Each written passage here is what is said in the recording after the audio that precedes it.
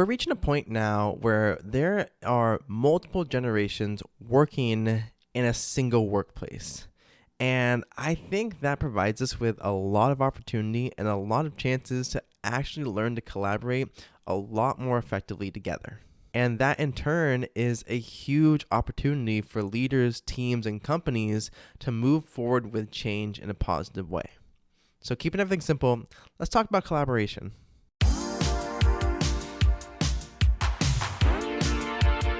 Welcome back to the Keeping Everything Simple podcast. I'm your host and fellow learner, Michael Klukas, and this is a show where we boil down complex topics into simple, actionable tips. And when regarding and talking about this idea of like mixed workplaces, I honestly wish that collaboration was more so the first thought rather than just judgment. And let me tell you what I mean about this. So, as I mentioned in one of the previous videos, that there is a lot of judgment around Gen Z, and every generation that kind of comes into the new workplace and into the world usually suffers from some type of narrative or another. And that's just because there's usually something that's grabbed onto, there's a status quo that has a huge barrier around things, whatever the situation is, and it can be very annoying, understandably so, that as a whole, there's usually some preconceived notion. And that comes with a lot of judgment from just a lot of different angles. And that in of itself tends to derail this idea that, oh, maybe they're bringing something new. Maybe we can have some collaboration here. So I just recently listened to an episode of My First Million, and they were talking about this idea that an experienced person can tell you how something works. However, a beginner can tell you how something can work. Because there's still that fresh pair of eyes, that fresh mindset that comes in, there's opportunity there. Keeping this in like the realm of leadership, what is the ideal team? So we each probably have our own answer to that question. For myself personally, one of the aspects of an ideal team is in which every team member's weakness is covered by someone else's strength. That means, hey, if someone's very, very organized, and that strength can cover for someone who is very unorganized, great. At the same time, maybe the organized person isn't the best at initiating stuff. Maybe they're not the best operation person. But the other person who is very disorganized is disorganized because they're always trying to do something. And so that strength covers that weakness. That in of itself would be an ideal team or an ideal pairing, at least in that aspect. Of course, there's other pieces of ideal teams, but let's keep it simple for now. What I also want to stress, though, is, as I just said, there's a lot that goes into a good team, an ideal team. But my view on this is that not only does a good collaborative team have weaknesses that are covered by someone else's strengths, at the same time, that team should provide opportunities and time and resources for each team member to work on their own weakness. Because one of the biggest things that I think we can all agree on and all see is that when there is stagnation, when there is no one pushing the bounds, that you can make progress, sure. However, it's a lot less, I'd say, explosive. There's a lot more of a uphill battle. There's a lot more of a, well, this works before, so we're just going to keep doing it, as opposed to, wow, that can work. Let's try this. So for me, a step up from that ideal of just covering weaknesses is that you have an opportunity and are encouraged to actively work on, improve your weaknesses, so that way maybe they won't become a strength, but you'll be able to bring them up by 1, 2, even 3 levels in proficiency. So that way you know, hey, if for whatever reason my teammate isn't there that day, my teammate can't actively help me out, I can still pull my own and I can still be an effective asset to this group. That's what the actual idea of covering a weakness means to me. That makes it so ideal, is that you're not just letting your weakness remain a shortcoming. You're instead finding opportunities and being given opportunities to flex that muscle, train it, and improve it. Bringing it back to, again, the mixed generations in the workplace, here are like some of my thoughts around this. So like a good example is boomers being the oldest generation. They have a wealth of experience. They have a wealth of knowledge and protocols that the younger of us don't actually just know right away. It's not stuff that's always intuitive, at least for higher level management and higher level roles.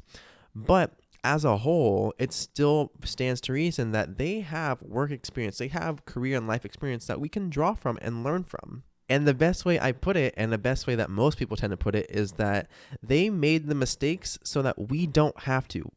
We as humans tend to have a pattern of repeating stuff in certain frames and certain orders.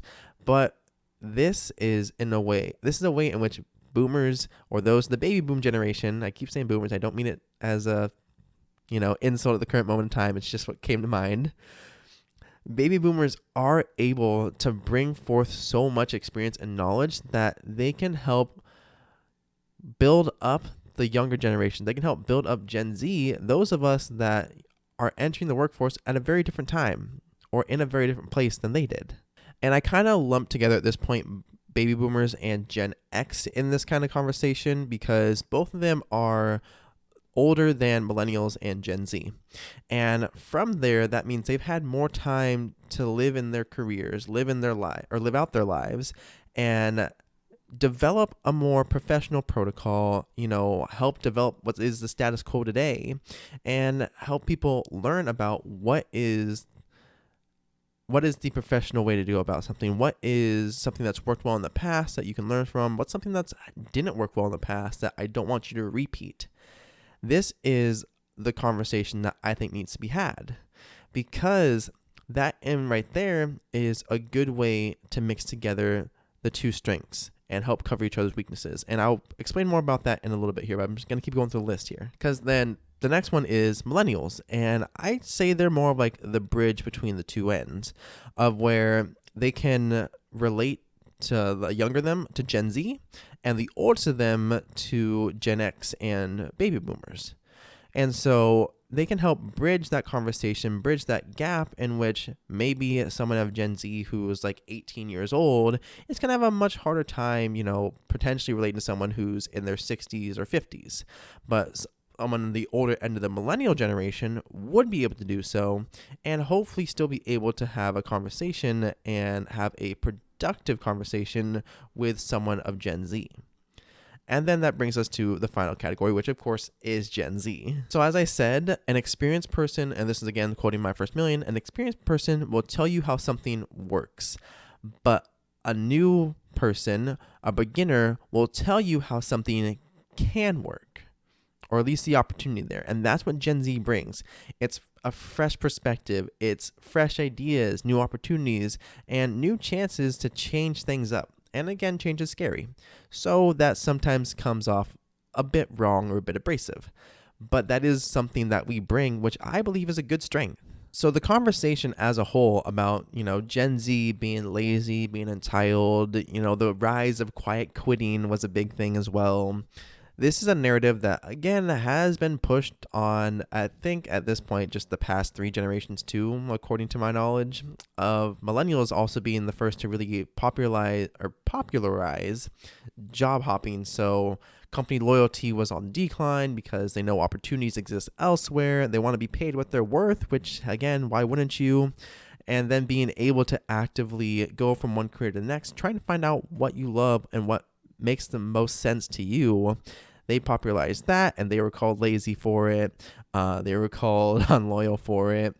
And then at the same time, it seems, and this is again just me quoting things off the top of my head, that from other articles, it just seems that Gen X did the same exact thing too, around the same age range, and that they were also looking for jobs, looking for careers that aligned with them, so they moved around a lot. And that makes me want to emphasize the importance of experience, the importance of a variety of experiences. So for myself personally, I feel bad if I were to leave a job after only a couple months. However, I also, at the same time, don't want to feel bad knowing that I should be learning right now. I should be trying things out. I should be able to go into a field and say, I want to learn about this. The best way to do so is to get a job into it. And yeah, it can be frustrating, especially on the company side and HR side, to say, hey, you've only been here for 3, 4, 5 months. Why are you already giving your 2 weeks notice? And for me to say, well, I wanted to learn something. And at the same time, I wanted to see if this field, if this career was going to be a good fit for me. And to have that experience, to have that knowledge is invaluable, because that clarifies the ultimate image that we have, that we could have surrounding work and our career. And so this is where I think, again, the conversation needs to shift away from this idea of judgment into this idea of collaboration, because we should be encouraging those of us who are new in their career, new in these fields, to experience things, to learn, and to understand what makes it tick. What has made the huge foundation that has been created for certain industries. But that can't be done, at least in an effective way, if there's so much judgment around, hey, what are you doing here if you're just going to leave in like a year, as opposed to sticking it out for 10, 15, 20 years. That method still works. But it also discounts a lot of new talent that can come in and say, I just want to learn something and see, does this align with who I am? Does this job, does this career fit the bill for what I want to do long term? With talking about also the foundation, that brings me to the point in which I think there is, again, a lot of opportunity for effective collaboration between generations in the workforce right now. And a good example of that is just mentorship.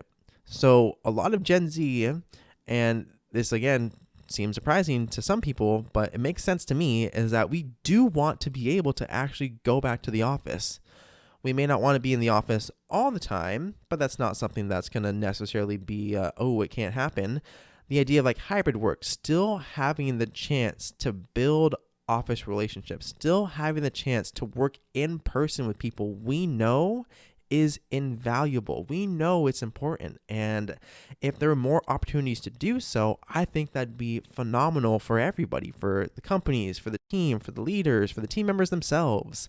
Because, and this goes back to the idea of mentorship, if a 20-year-old is coming into a new field, they have maybe, a couple years under their belt of internships and everything, but actually, I'd probably say like a 22-year-old if you're going like, hey, after 18, you're supposed to do 4 years of university. So a 22-year-old, but they have internships, they have maybe some summer jobs, and they're going into one of the first professional, like big fields and careers that they've had before, or they've never had before.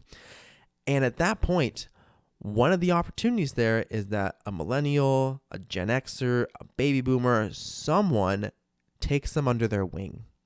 Someone reaches out and says, hey, I would like to be able to help you grow and mentor you, so that way you can find your sea legs that much faster and get up to speed, because it makes no sense to me to have this idea that, hey, they have to suffer like I suffered, or they should just know this, because that's not how this works.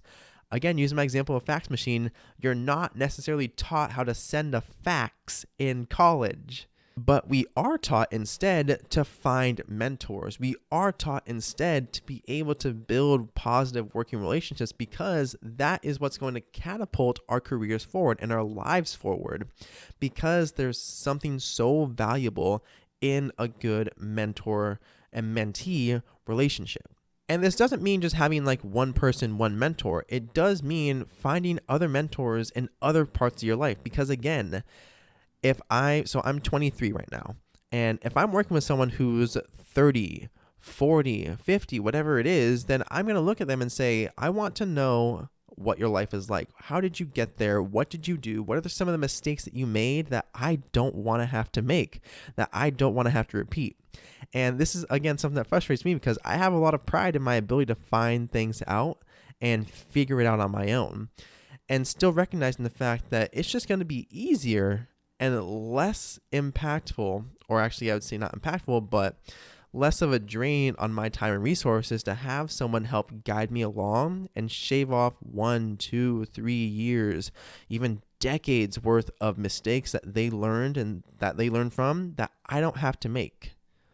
And that's where I recommend like having more than one mentor, reading books, being able to find people that, or learn from people that have done things you want to do, or even finding a group that has one mentor and they all get to work together, and that one mentor has like a group of mentees. But it's again focusing on this overall aspect of utilizing that gap in the ages and generations, not just saying, okay, because the status quo has been created, we just need to follow it. There's nothing else we can do. That's completely counterintuitive to innovation and progress. And while talking about innovation and progress, that actually then brings up the next point of here, which is that the mentor doesn't actually always need to be someone who's older. And what do I mean by this? It's pretty simple. That normally you would think that, hey, the mentor is usually this wise, older individual who is helping guide a younger, more inexperienced individual to a certain point, to help them level up, to help them learn about their career, learn about life, whatever it is.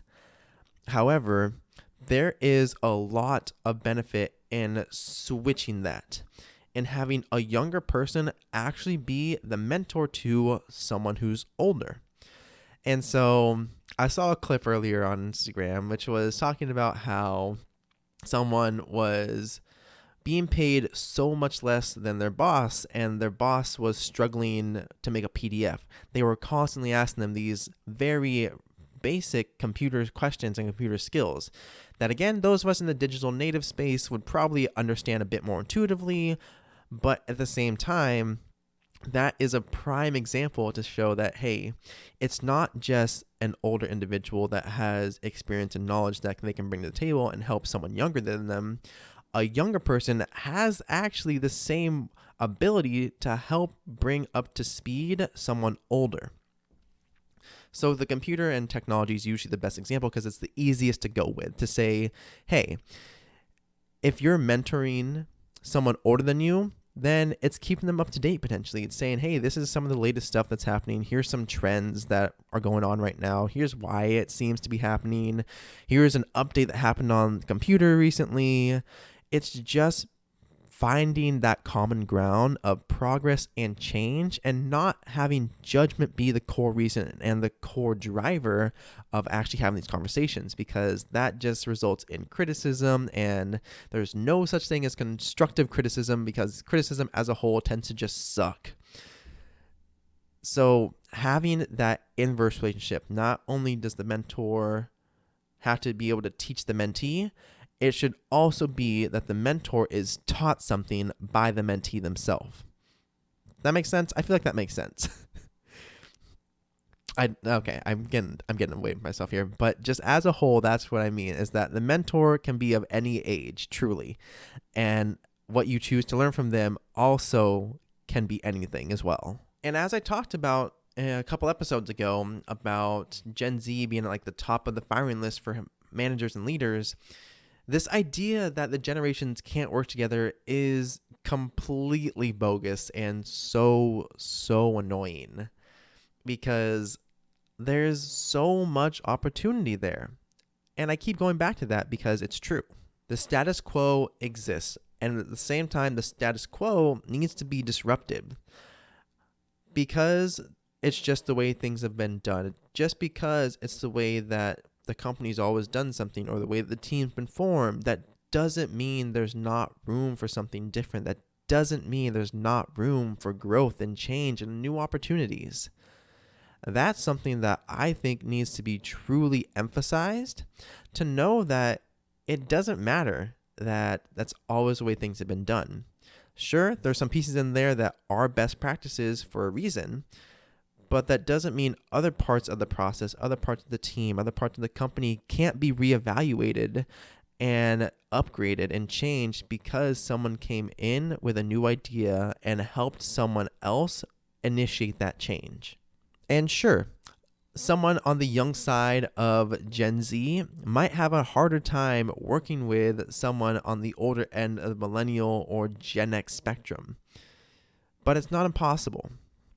It's instead actively being mindful that, hey, I'm different from them, not in terms of just what I do, but just in terms of we've led different lives and they are much further along in theirs than I am. So what does that mean? What can I bring and what can I learn from them? It's changing that conversation to not just be, wow, we're so different from each other, we'll never be able to understand each other, to instead, wow, they're so different from me. What can I learn from them? What don't I know right now that they can help teach me? And again, the example that I go to is technology. So if Gen Z is teaching baby boomers and Gen X about technology and how to best utilize it in new ways that it can help a company, that's fantastic. And then in turn, I know people will constantly give Gen Z a hard time about not knowing professional etiquette or some just professional protocol.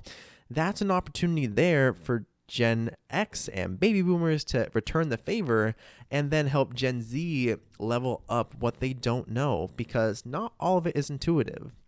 There's things like writing an email, where some people who are high performers just write short emails the same way that we would text or instant message each other. And then there's others who still follow the older format of you have your introduction, you have your body, and you have your outro. And that is okay. It's just not all of this stuff is taught outright. Some of it you learn by watching, some of it it's easier to learn by being told.